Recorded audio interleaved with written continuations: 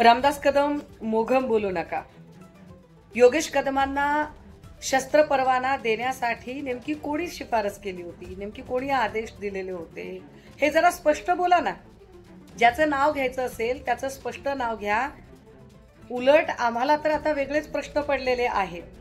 गृहराज्यमंत्र्यांना जर दुसराच कुणी आदेश देत असेल तर याचा अर्थ तुमचा मुलगा म्हणजे योगेश कदम हा फक्त गुळाचा गणपती म्हणून बसवला होता का?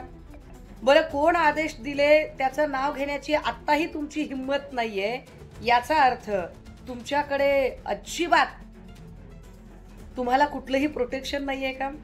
तुम्हाला सतत भीती वाटतेय का? मग इतके जर तुम्ही घाबरट आहात आणि तुमच्या पोराला अडचणीत आणण्याचा आदेश देण्या इतपत जी माणसं आहेत त्यांची तुम्ही नावं सुद्धा घेऊ शकत नसाल, तर तुम्ही बाळासाहेबांचा विचार आणि तुम्ही बाळासाहेबांचे सैनिक कसे काय म्हणून घेताय? रामदास कदम, जे बोलायचे ते उघडपणे बोला आणि नाव घेऊन बोला. हिम्मत असेल तर निश्चितपणे तो माणूस भाजपचा आहे की शिंदेचा आहे की अजून कुणाचा आहे हे तुम्ही नाव घेऊन सांगितलं पाहिजे.